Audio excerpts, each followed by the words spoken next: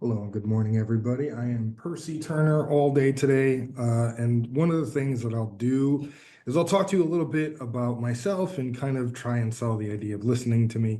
But the big thing that we're going to be tackling today is this concept of managing stress. So, myself and Zane both are trained social workers. We are masters social workers. We got our degrees from Wichita State University.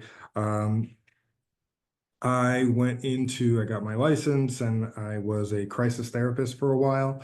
I worked in crisis observation, crisis stabilization.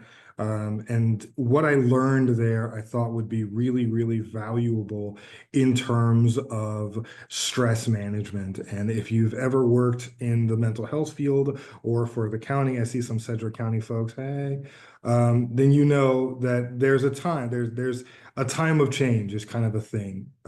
All change, all time is times of change. There's always something going on, and so there's always a little stress to be digested. And I've learned how to do that. And I thought that it would be very, very good to offer some of that to you. So we're going to do this in a couple different ways.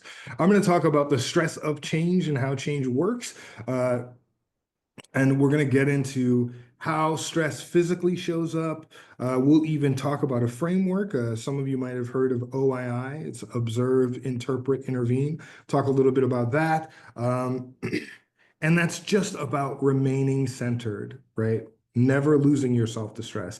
I'm not here to tell you that this training is going to make it so that you don't experience stress, or that there's going to be a way to ignore stress. Like it's not realistic. So what we're going to try and do is stay centered, stay capable, stay confident in times of stress. I can't make times of stress go away because let me tell you, I would have. Uh, but what I can do is help you authorize yourself to be something other than reactive to stress, right?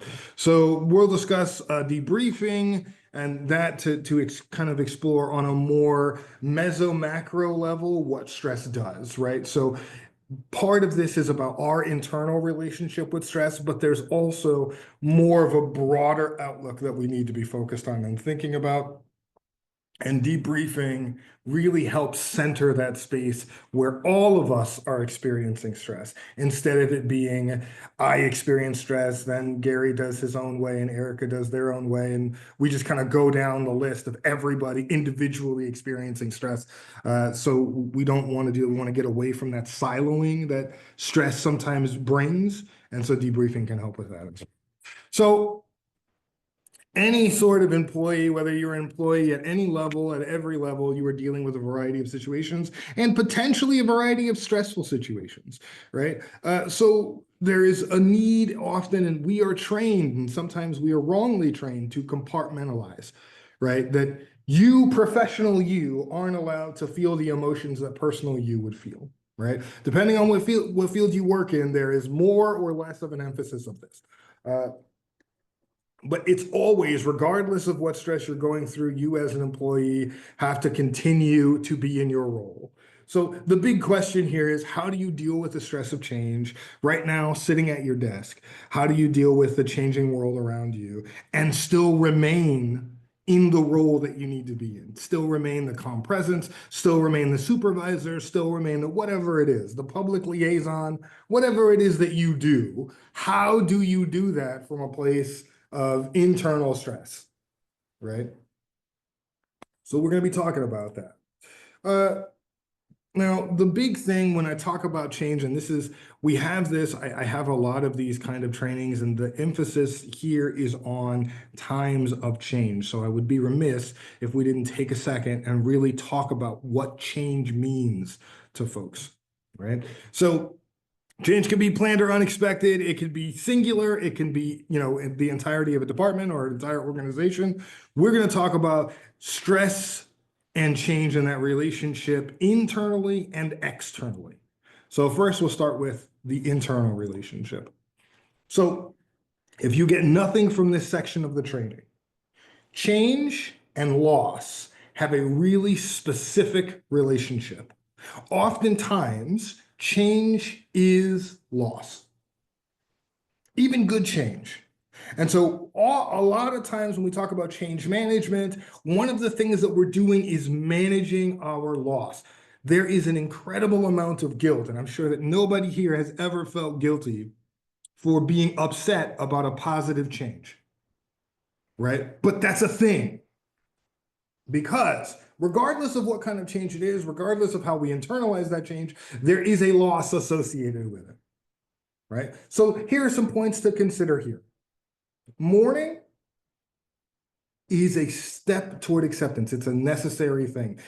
The idea that we need to stifle ourselves or shove down the discomfort of change so that we can be accepting is false. Being able to mourn a change, being able to vocalize and recognize this is what's going on, this is what's changing right now. And yeah, so Carol kind of, thank you, Carol. Carol kind of says, even like a loss of routine, right? Some of us have experienced programmatic change, right? So we have a program, it's a terrible program, it takes forever to load, it's always messing up, it's always on the fritz, we've used it for 25 years, we're gonna update our system to this new, shiny, wonderful program, everybody should be happy, right? Every single one of us should be jumping for joy, and some of us aren't. Because even though we hate the old program, we know it. It's familiar to us. We got good at it. We found the shortcuts. We figured. So the change of routine is still a loss. Even though this wonderful, shiny new thing is going to do so much wonderful stuff for us, there are some people in this room right now who have absolutely been the curmudgeon about this. I don't want to change because I don't want to lose the value I've established in my routine. Right? So being able to recognize that from an internal perspective, what's going on with my resistance to change? What am I losing that I need to recognize as a loss so that I can build it back so I know where my discomfort is at? Right? If we're not having those kind of conversations with ourselves, we're angry at change and we don't know why. Right? The second thing that I'll talk about is perception. Perception of loss and perception of change is sometimes worse than the actual change itself. Now, I only have an hour, so I'll give you a little bit of a story. I'm a storyteller by nature. If you've been to my trainings before, you know I can't go an hour without talking about myself. So it is what it is. So I, for example, that I was the program person. We got a new way to document, and I was really good at the old way, even though it was terrible and we all recognized it being terrible. So for me, this wasn't just a loss of program, it was a loss of knowledge and importance, because I was the guy everybody would come and ask for help. If the program started to be on the fritz, I was the guy that people would come to. I felt a certain amount of purpose. I felt a certain amount of importance in the office because this was something that I did well. And I was able to be proud of myself in that regard. So my perception wasn't, we're getting a new program. It was, I'm not going to know how to do this. And everybody's going to look at me for how to do this. And I'm going to be dumb. And I don't want to be dumb. So I'm saying no to change, not because I hate the program, but because I don't want to feel like I've lost something important to me and my role at work. What if people stop looking at me as intelligent because they can't come and see me anymore? This is all part of perception. This isn't part of what's actually happening right now. The perception of change, I get to blow up in my head, right? And so that's part of it. And we'll talk a little bit more specifically about the perception of change and where that comes in, right? So what about externally? What are some external stressors that might come with change? First, we're talking about workload. I had a wonderful opportunity to do some public speaking, and one of the things that we talked about during that training, it was about self-talk, but one of the things that we talked about was the COVID element. So I don't know if you guys know, there was this little thing that went through the world for a while called COVID-19. Anybody remember COVID-19? So when this thing happened, health departments and a whole bunch of different people, their teams changed, their workload changed. And I can't tell you how many people have come to me and said, Percy, I feel terrible saying this, but I kind of miss COVID. And I'm like, you miss COVID? That doesn't make any sense. What do you mean? Well, I don't miss the horrible stuff, but we were seeing 500 people a day. And everybody on our team had a job to do. Everybody on our team was rushing. Everybody on our team was efficient. Everybody on our team got everything done beforehand. When we left work, we felt together. We felt accomplished. We felt connected in a way that we haven't felt before and we haven't felt since. So yeah, we were dealing with 500 people a day, and now we're only dealing with 50. But now I have to chase people down to get a signature on a document. Whereas before, everything was taken because everything had to be taken care of. Right? We were working in this emergent space. And so in that regard, when we talk about workload change, it might not be the greatest thing in the world if you're doing less work. Some of us don't work well when there's nothing to do. There's stress when you don't have anything to do. And so, when we talk about workload change, we're talking about both. It could be more, it could be less. Both are stressful. There may be a method change. I've already kind of talked about new programs and processes. Oftentimes, people think of change as moving from a place of comfort to a place of discomfort. And so if we think of change in that way, there's not a lot of room to be excited. Right? There's no change on the planet where you're like, hooray, I get to feel terrible about this for a while. Right? That's not something that we're going to celebrate. We're always going to balk at that idea if we conceptualize change as moving from a space of comfort to a space of discomfort. The next thing could be role responsibility. There is a risk of that unintended, and that's the story that I told you, this kind of unintended effect of role and responsibility when it comes to change. My computer has forgotten it's a computer. Okay, there we go. So in that regard, the more dedicated we are to a traditional role or to the role that we currently have, the more resistant we may become if things change and that change threatens our role. So if I'm the person in the know, if I'm the person who signs the document, if I'm the person who does whatever it is, and that changes, I may be resistant to it, not because of the change itself, but because of how I will be looked at differently or how I perceive my role will change, right? So these are all external elements as well. And also not for nothing, but a lot of us stake our value in our role. A lot of us think of ourselves as valuable to the company based on the role that we have. If we change that role in some way, it is easy to think I am changing the value that I have to this particular company, right? And so again, if we look at it that way and conceptualize it that way, I don't know too many people that are going to be happy that maybe their value at a company is being threatened by something changing, right? So there's a lot of wonderful elements here to kind of dig into and discuss. Let's talk about it. So how do we deal with this? I painted a pretty morbid picture, right? How do we deal with this? What do we do? What can we focus on? If we're looking at it from the internal space, then we have to focus on the ideas, changes, laws.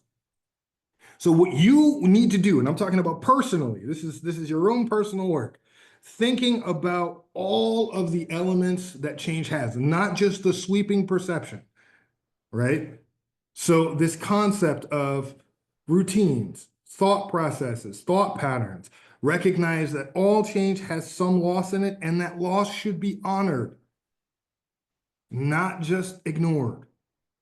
If you want to move forward, don't ignore honor. Honor the loss. That way you can let it go. If you ignore the loss, you don't deal with it. A lot of us here have been in those situations where something that we thought was done kind of rears its ugly head a year later, or it kind of it's a recurring thing that comes back up. We haven't mourned it. We haven't let it go. And so if you want to champion change internally, first, you have to identify what that change might mean for you. And then that nuanced understanding of self helps us to see other people as needing that same level of nuanced understanding. So if I know that my fear or my anger or my discomfort at change comes from a nuanced space, it's much easier for me to look at my team or to look at my boss or to look at the consumer or to look at whoever and say, oh, well, they also have a story attached to this change. And it's not just so-and-so's an old curmudgeon, so-and-so's a contrarian and anything good they just don't like. It's harder for us to assume basic things.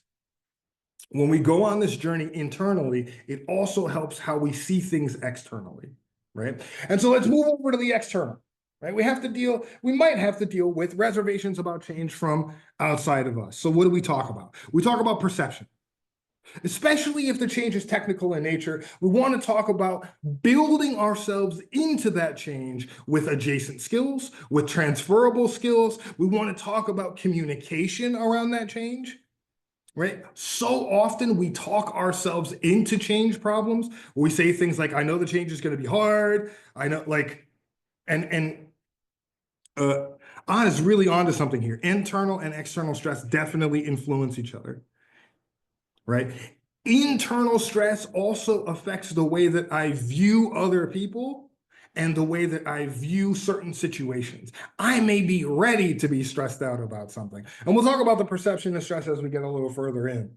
Um, but it's always about communication. The communication of change goes very, very far with the perception of change.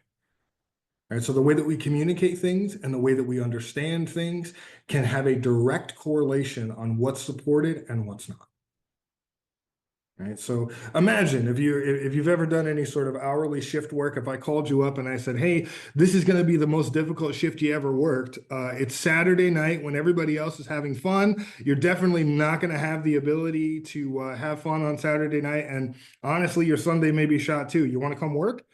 A lot of us are not going to take that bet, right? The way that I've communicated it is all negative, right?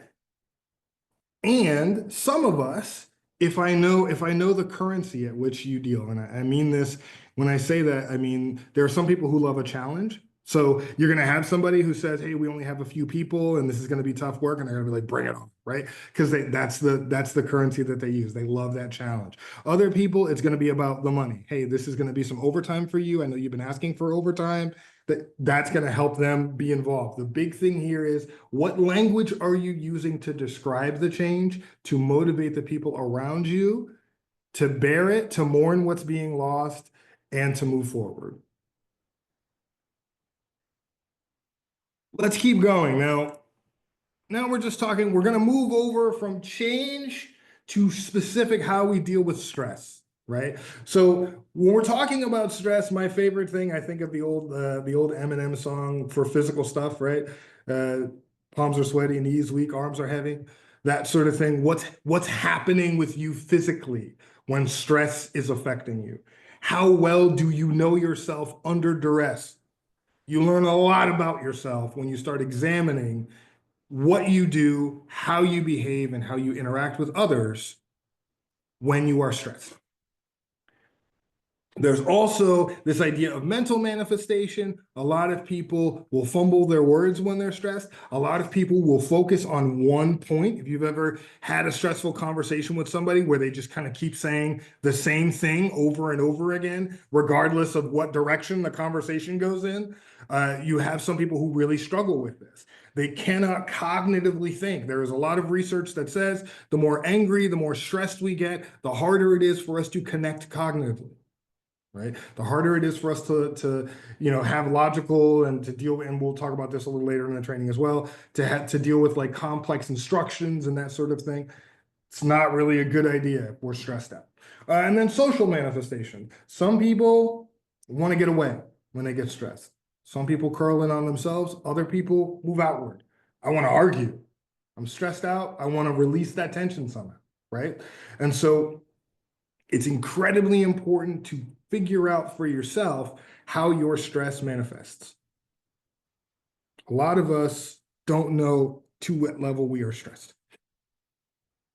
Chances are, if you start noticing it, depending on how well you know yourself, you might be much more stressed than you let on. So it'll be an incredibly important journey for you to have to understand physically, mentally, and socially how stress affects you. And again, once you understand it at that level, you can also start noticing it in others. So if you're working on a team or if you're a supervisor, having a good understanding of how stress manifests in your team members is incredibly important. The next thing, when I told you we would talk about this, the perception of stress. This is my favorite thing when I talk about stress. It is the concept that I'm stressed because I'm going to be stressed. Anybody here ever have like a meeting coming up on a Friday that you know about on Monday? What do? Right? Most of us, not all of us, some of you are amazingly blessed. Most of us will think about that all week long. Right? We will ruin perfectly unstressful times thinking about what could happen during the potentially stressful time sometime in the future. Right? So we have this self-talk thing, and I have a whole there's a whole wonderful training that we do around self-talk and how self-talk works and what it does and what it serves. If you're interested in that, please email Zane. But we have this wonderful training that talks about this, and it's the idea of probably. It's probably going to be hard. They're probably not going to want to talk to me, right? They're probably not going to be enough staff. We're probably not going to have enough resources. We're probably not going to have enough time for this. These are all non-reality stressors. We have no idea what the reality is. But probably does a whole lot of work to stress us out. Sometimes when we walk into the situation, probably has ruined it so much that we can't appreciate that it's not as bad as we thought it was going to be.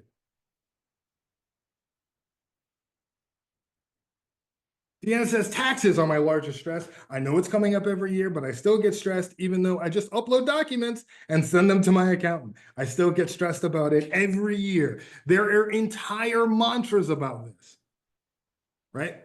So, Deanna, I'm using your example here. If the 1 year that Deanna doesn't get stressed about this, where Deanna tells herself everything's going to be fine, I do this every year, it's not a big deal, guess who gets audited that year? Right? This idea that being stressed about something somehow affects the reality around it. That the one time I decided to not be stressed about this, the worst possible thing happens. This is another perceptive stress fuel that we have. That if we let up just a little bit, if we don't stress about it, if we don't worry about something, then we are giving it permission to be the worst version of itself possible. Now, I'm sure that nobody in this room has ever experienced this. And because I know you haven't, I'll take it all on myself. If you see somebody who acts like me, then you kind of can understand how probably is ruining everything for them. And now you can have a conversation with them about it. You are, in some ways, I am, in many ways, married to the perception of stress. And I use that to stay stressed.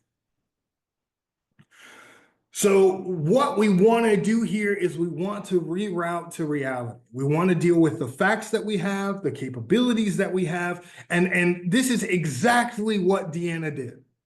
Right? If you read that paragraph, taxes are my largest stress, recognized. I know it's coming up, and here's what I do. Here's the reality of what I do. I take documents that I have, that I don't have to search for, that I don't have to make up myself, that I don't have to do, and I send them to a person who's trained to do this. That's what I do. 2 steps. Take documents, send documents. And I'm still stressed about it. I still get stressed about it every year. Right? So we're rerouting to reality by saying, okay, so what am I actually stressed about? I'm stressed that there's going to be a discrepancy in my numbers. I'm stressed that somebody's going to do something wrong and I'm going to get audited. Right? And if Deanna is stressed about being audited, there are steps that she can take to make sure her books are in a space where auditing isn't going to be that big of a deal. Right? Then she could prepare. If she has a clear understanding of what that stress looks like and where it comes from, she can dismantle it. But if it stays in the world of taxes, anything taxes, if she doesn't get into the nuance of, well, I've seen businesses get destroyed by this. I've heard a really good friend of mine has done blah, blah, blah, blah, blah, and that has really expanded my perception of stress around this particular thing. If we don't get into that, if it stays nebulous and scary, then it's always going to take the same form. Right? So in Deanna's case, and in many cases, what we can do is educate ourselves about our understanding of stress and reroute to reality and prepare for any sort of eventualities that we have control of. Because that's the way we beat stress. We deal with what we control. All right. So stress is also the enemy of intention very, very often. Stress can change the way that we process information. The more stressed we are, the less intentional we become. People become reactive. Anybody here ever been stressed and said something they didn't mean? Had a conversation that kind of got out of hand, and I'm so sorry. I'm stressed. There are other things on my mind. There are other things at play. People often interpret data based on personal narratives, right? So this concept that, for example, Zane and I are very good friends. We've been friends for a long time. If I come in the morning and I say good morning to Zane, there's about a 75% chance that he'll say good morning back, right? If I'm stressed one day and Zane doesn't say good morning back, I'm not going to say that falls within the 25%. What I'm going to say is Zane and I are in a fight. Zane doesn't like me. Zane and I need to have this conversation. I'm going to start immediately thinking about me and how it applies to me and what's going on between Zane and I, and not thinking about what I know about Zane. Right? People also communicate without clear intention. They just kind of discharge, right? They might discharge emotions. They might discharge just stress, just kind of getting things out. Oftentimes, this will take the form of having a conversation you didn't know you were having. Tricia says, my family sometimes gets the brunt end of my stress and saying things I don't mean. I've learned to isolate for a while, listen to music so I don't say something I have to apologize for later. Tricia, there's many wonderful ways, and I love the idea of listening to music or doing something intentional to bring yourself down and back to baseline. Love that. Oftentimes, we find ourselves in this space of being controlled by our stress. And so because we feel this buildup of stress and no healthy way to discharge it, it finds unhealthy ways to be discharged. And so this is the key to making sure that we have healthy ways to discharge our stress, because it's coming out, friends. I want to be very clear. Stress is going to find its way to the surface. It's whether you guide it or whether it finds a way itself.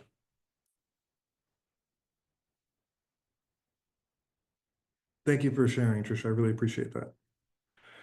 So here's one way. It's not the best way, it's not the only way, but it is one way. If we are stressed and we find ourselves needing to center, to reroute back to reality, here's one exercise, something that I used to do with therapy very, very often. You count down, right? And you use your senses. The big thing here is what we're trying to do is put ourselves back in our body. So we want 5 things that we can see. We want to name 5 things around the room. You could glance around the room you're at right now and just focus only on what your eyes are doing, right? And there are 5 things that you can see, then 4 things that you can touch, 3 things that you can hear, 2 things that you can smell, 1 thing that you can taste. These things are centering activities that get you back into the moment, into your body. One of the things that stress does is stress wants you to live in the future or the past. So stress will tell you all the things that could happen and not deal with anything that is happening. Does that make sense? Stress deals with all the things that used to happen or all the things that did happen and tries to tell you based on the past what the future is going to be. And what we want to do is we want to be intentional and in the moment. So we have to reroute back to our own bodies. And so having some of this work for you is incredibly important, right? Putting yourself in that space. Okay, so the next thing that we're going to get into, and I'm going to ask you for some questions. We're about halfway through. I'm going to ask you for some questions, concerns, contentions with what I have said thus far. Yeah, Christy, love this. I do this to a degree, but I close my eyes and focus on breathing techniques. This is one way. That's why I said it's one way. It's not the only way. It's not the best way, but it is one way. So the way that you do it, I love it, right? It could be focusing on breathing. Yeah, box breathing. There are a lot of wonderful ways, and breath control is one of them. Right? Breath control affects almost everything in your body. Relaxing tense muscles. If you're ever in a space where you can't sleep well, there's a great tense and relax mechanism that you can do. Fantastic. Yeah, Marcy, great way to relieve anxiety as well. Another thing about stress, stress has a really interesting transitive property that I think that a lot of people don't really think about too much. Internalized stress can become anxiety, right? Imagine waiting to be stressed, knowing that stress is going to happen. All right, Christy. So one of the things that you're going to do, you're going to start with your toes. And the thing that you're going to do is you're going to tense, you're going to lock your toes down as hard as you can for, I think it's 5 seconds, release for 10. You're going to do that 4 times. And then you're going to move to your next muscle group up. So then it'll be your calves, then it'll be your legs, then it'll be your core, and you'll just kind of you keep tensing and relaxing. And from what I understand, especially with your feet, tensing your toes and relaxing your toes is incredibly tiring because it's not something that we do very well, and your feet get used very, very often. And oftentimes they're super tense. So that just most of the time, just your lower body will be enough to help tire you out. But it's progressive muscle relaxation. You should check it out. Yeah, see? Progressive muscle relaxation. Danielle, hey, Danielle, you want a job? It seems like you know a lot of stuff I know. All right, so absolutely try it out. So any other questions, concerns, contentions before I move on to presentation?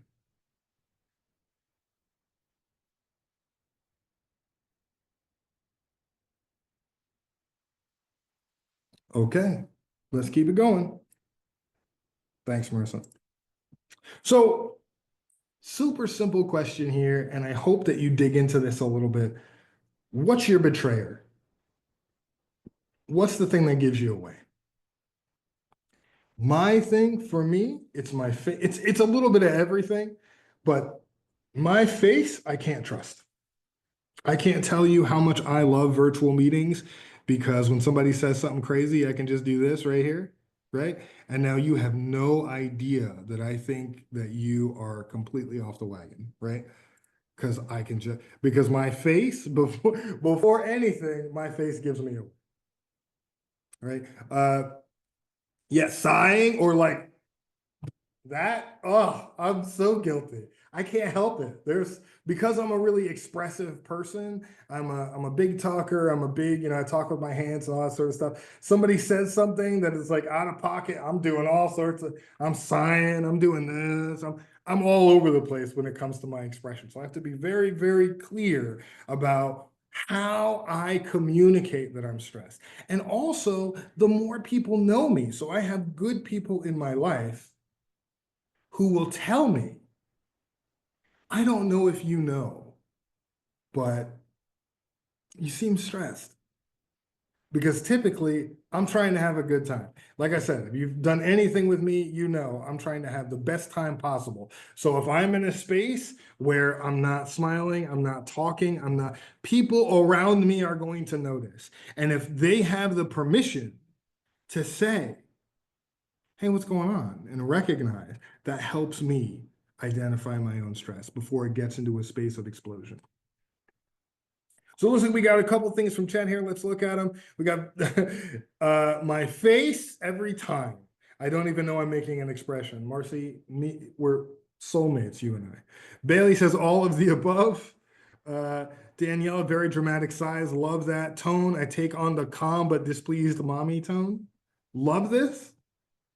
So what exactly were you considering was going to happen if you would have decided to go in this direction? Right? That kind of that kind of tone, love it. Trisha says my face, and especially when I'm irritated, I get very quiet. Trisha, all of the above. Carol says my face is a total giveaway. Slouching back in my chair. Oh, this? Man, right? Shows a lot.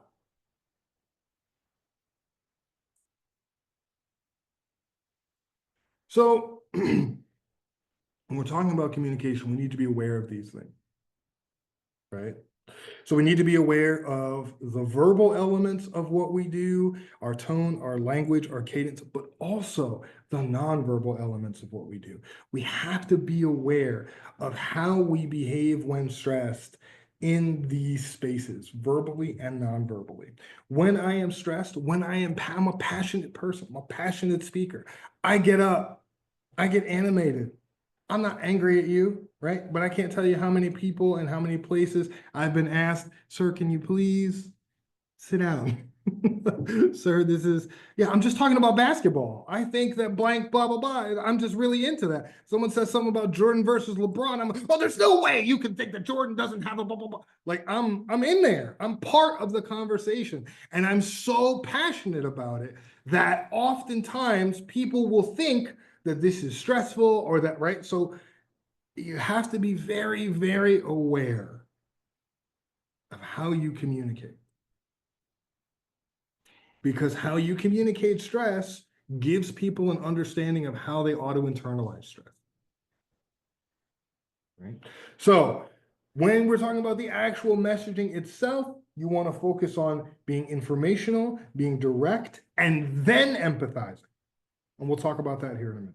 I'll give you an example here in a minute. So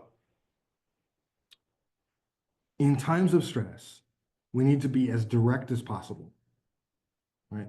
Now, there's an element of safety here. Not everybody feels safe to say what you need directly. And if you don't feel safe in situations where you are not stressed, you are definitely not going to feel safe in situations where you are stressed. So one of two things will happen. Either you will shut down and remain quiet, and that will add to your stress, or you will misrepresent yourself and explode. And you'll start using a lot of like absolute language. It never works the way that I want it to work. You always do. But you ever have these kind of conversations where we're not talking about a specific instance? Now we're just talking about these absolute terms. We're never going to get a raise. This team never works the way that it's supposed to, that sort of stuff, right? This is where we are not connected with how we communicate under stress. If you're unable to state what is stressing you, then it's about what was said in chat earlier, returning to baseline. So what do you need to do, right? Listening to music is, taking a minute away, changing your physical location, and return to that anything that we talked about earlier when we talked about, the 5, 4, 3, 2, 1 thing. But the big thing here is getting yourself to a space where you can ask and answer the question, what's going on? What's happening with me right now? There are certain levels of stress where you cannot ask yourself, you are not able to ask yourself that question yet. So focusing on removing yourself, taking a moment, breathing exercises, all of those wonderful things come into play and should come into play when you feel like I can't just say what is stressing me out, right? And not every situation is safe, and I'm not going to pretend like everyone is. So the next thing is to extend the same grace that I'm asking you to extend to yourself outward to others. Now, some of us are really, really good at extending grace to other people, right? And so asking or recognizing what other people need. And here we're going to focus on simple speech. We're going to focus on directions and action over exploration and conversation. If somebody else is stressed, they're not ready to have a conversation yet. Right. So don't give them complex instructions, and we're going to continue this here when in responding to stress. So keep in mind, stressed people may have a diminished capacity to reason and process. So you want to avoid a couple things. You want to avoid complicated instructions. You definitely want to avoid the assumption of emotion. You ever hear somebody tell you how you feel? Well, clearly you're upset right now. That doesn't help. Right? And then ordering people. And I've been in this situation. Ordering somebody to calm down is wild. Right? Now, I told you earlier. So Catherine, you're absolutely right. Catherine says this all takes time. Can't be stressed about time. Have to slow down. Love this. And I think that when you're responding to stress externally, that's one of the big things that you can do is take a breath and slow down. One of the reasons why I think people order each other to calm down is to try and find an expedient way to not be stressed anymore. as if me hearing the words calm down, like I never thought about that. I could just not be stressed anymore. It's a wild revelation, but a lot of people do this. So what I'll tell you to do, if you feel like you want to tell somebody to calm down, instead of telling anybody anything, be the example of what calm is. Right? Let them see calm before you tell them to calm down. Because what ends up happening is we end up having yelling matches about calming down. I need you to calm down. I'm not going to calm down. I need you. I said you need to. Neither of us are calm. Right? So if we're going to go that route, if we want to help somebody be calm, exemplify calm and invite people to come with you to that space. If we're having a standing match, if Patricia and I don't see eye to eye and we're up and we're yelling at each other and I want to calm down, I might say, you know what, Patricia, let's sit down. Come sit with me. Right? Now we're not up and we're not animated and we're not in each other's faces. Now we're changing levels and I'm slowing things down. Right? And if Patricia could very well say, no, I don't want to sit with you, that's fine. I'm going to be the example. So you know what I'm going to do? I'm going to go sit down. Invitation's still open. Right?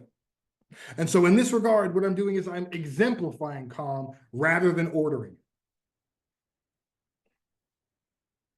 Things that we can do if you're in a situation where you're walking into a stressful space. So we have a lot of first responders and that sort of thing, and I've done some trainings around that.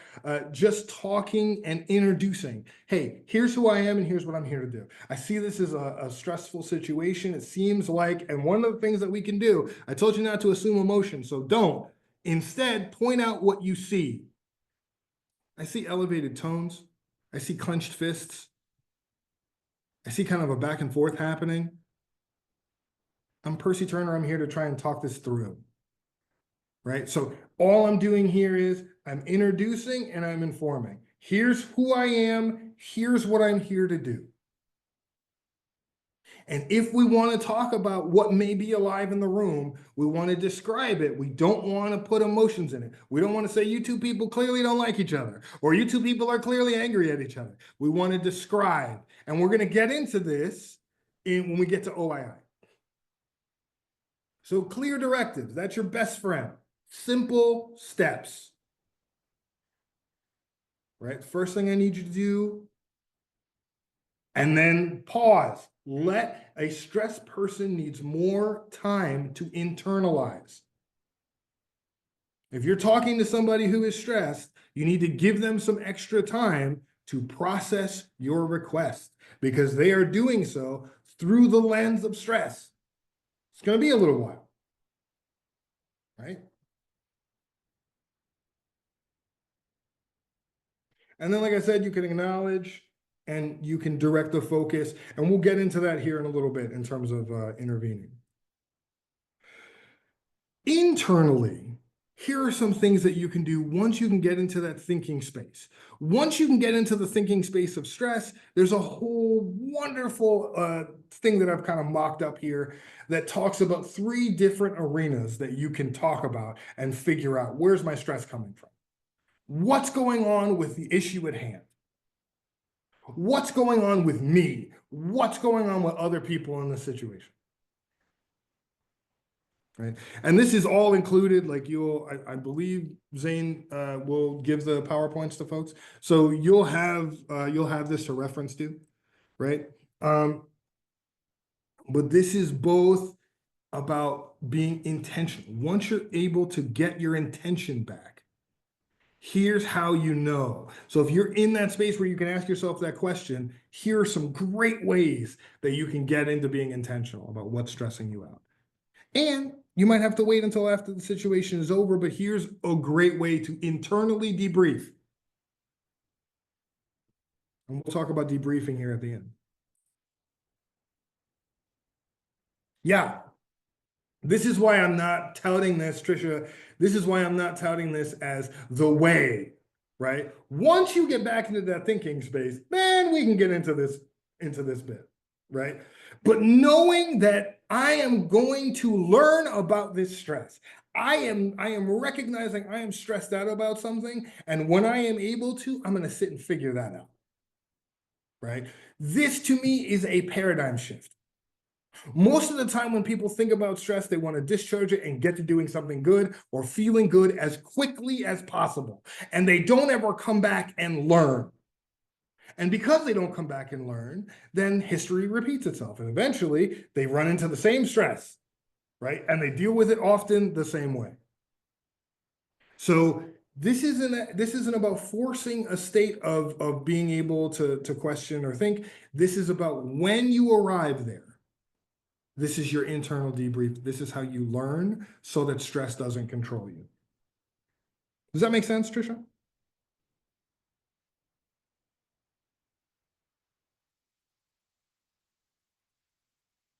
Okay, so OII, this is again in if you are looking at somebody or a situation that is stressful in nature, here's a great way to kind of, it's a system of thought. The first thing that we're going to do is we're going to observe. And the thing about observation is we're trying to remain objective and to think of things as data points. All right. So one of the big things that we do is we assume. So for example, let's say I'm going to pick a name out of the hat here. So let's say Lori and Melissa and I are in a room together, and Lori and Melissa are having an argument. And all I'm doing is just observing what's going on. Okay. I could observe that Lori is pointing at Melissa, and that means, and then I go with an assumption. I don't know what it means. I'm not the one pointing. I don't have, but assumptions dominate the space of observation. And what we're trying to do is remove that. So when I see somebody's behavior, I don't want to assume that I know what their motivations are. I don't want to assume that I know anything other than what I see. I want to treat everything as a data point. Right? So that's part of observation. When you are working with somebody or talking to somebody or entering into a situation where stress is present, observe. Then, once you are observing, you're taking these things in as data points, you can consider them through different lenses. Some of us, we do this, but we only do it once. And so we know. I walk in a room, I see Lori and Melissa arguing. They hate each other. They're both supervisors. They're probably arguing about some work thing, right? And I just keep on moving with my day. I don't observe the data. I don't interpret that data through different roles. I don't do any of those things. I make one assumption, and okay, that's it. That's what I know. And if we're going to, especially if we're in the place of mediation, what we need to be doing is arming ourselves with as many perspectives as possible. So we're going to look at this in terms of professional role. We're going to look at this in terms of these are just two human beings. There may be some human need here. We have to generate multiple interpretations to remind ourselves that our first thought isn't always the right, that our assumption isn't always correct.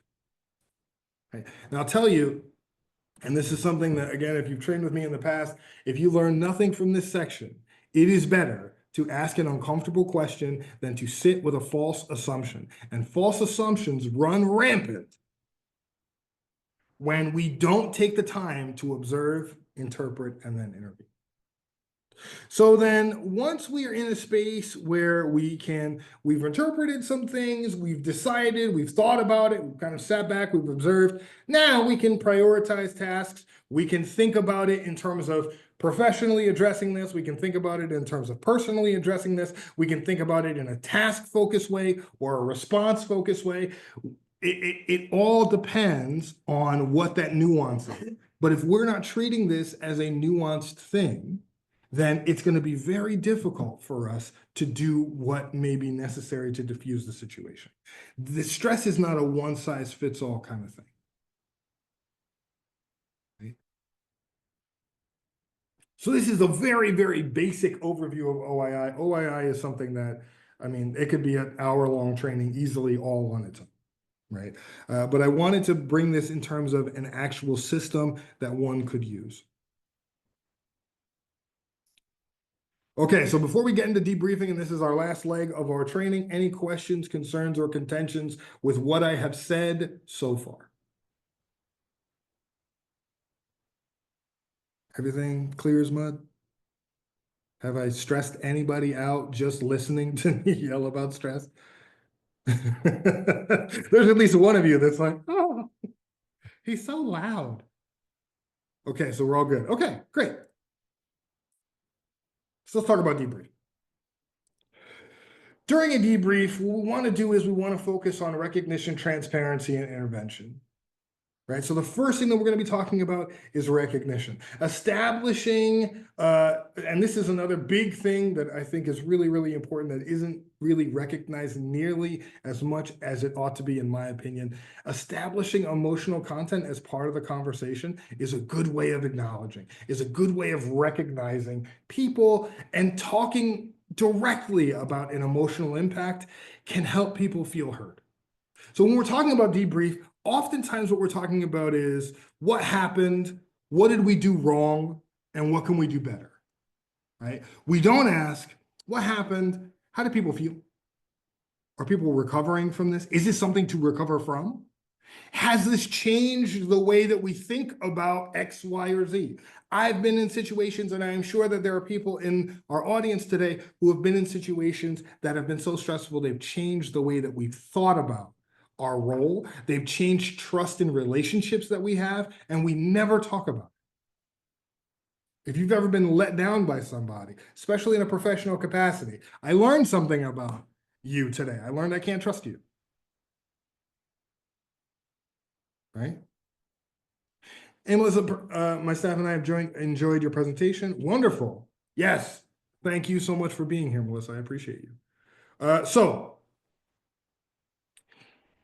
an OII model, I see, and this is, I see the data. So here's data. I see blank happening in the room right now.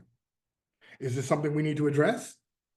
Here's an interpretation, right? So I'll use this today. I see a few people looking down at their phones. Is this something that we need to address? It could mean that you have a lot of things going on. You're answering emails, or you're also busy, and the time that I've taken from you, I know that I'm coming up on the end of my hour. So you're kind of transitioning back into work mode. It could also mean that TikTok is far more entertaining than I am. It could also mean that you've gotten an important phone call and you just forgot to turn your camera off, right? It could mean a whole bunch of things.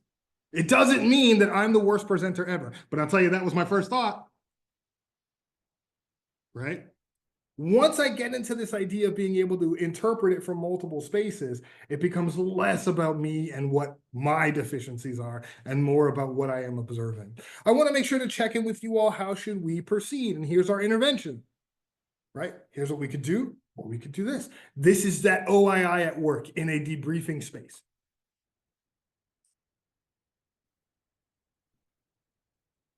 I appreciate you in that.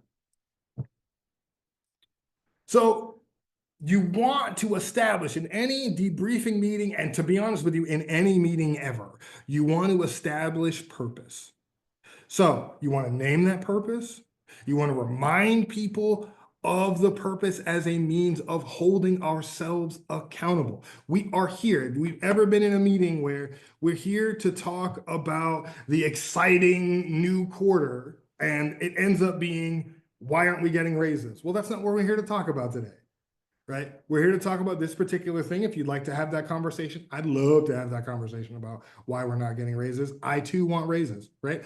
But today, our purpose is this, right? Tricia says, I try to tell people I'm taking notes on my phone so they don't think I'm distracted. Love this, right?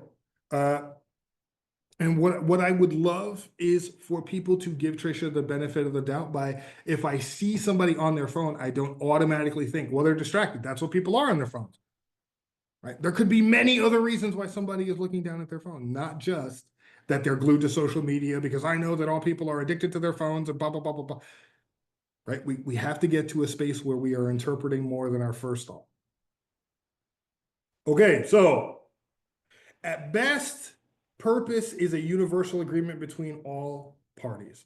That shared consensus, we want that. That's at best. At worst, it's recognition of the disagreements that exist and a collaborative effort to move forward, either addressing those disagreements or despite them. Right? But not every meeting is gonna end with everybody high-fiving and jumping at the same time to take the picture that ends the episode. That's not how it's gonna happen every time around. So giving some understanding and some credence to the idea that we may disagree. And we may be able to experiment around that disagreement. We may be able to get some deeper understanding with each other around that disagreement when it comes to discharging our stress. If stress is communicated, whether you're debriefing or not, acknowledge it. Do not let somebody walk away from a meeting having opened themselves up and saying that they feel stress and having no response. Acknowledge stress wherever it is.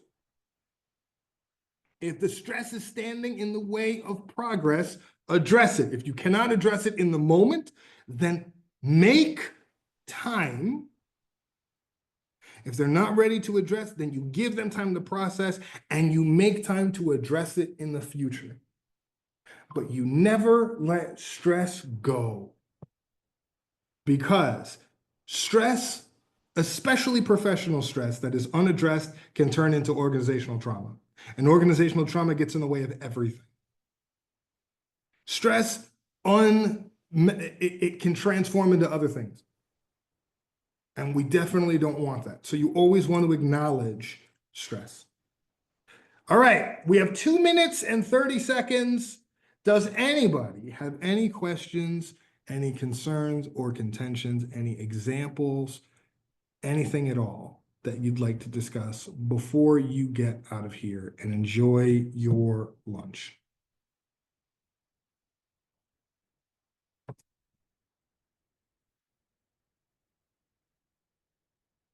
Danielle, this presentation lowered my stress. I love this. That's my point. That's what I want. Nothing here. Thank you. There was a great question. I want to make sure I get it. Do I have any control over others making assumptions? Catherine, you do not have control over others making assumptions, but you can. And I think, and this is, let me take off my official trainer hat here. I think that you can create a space where those assumptions can be said without fear. So while you can't control other people assuming, you can absolutely encourage them to not assume internally and to ask questions. That's why I always say it is better to ask an uncomfortable question than sit with a false assumption. I want to create a space where when somebody assumes something about me, instead of going, I don't want to say that, I don't want it to be uncomfortable. No, I want you to say it so that we can talk about it. Because I want to have the ability to defend against your assumption. All right, so I want to create a space where people are comfortable enough to take that risk and expose their assumption. Make sense?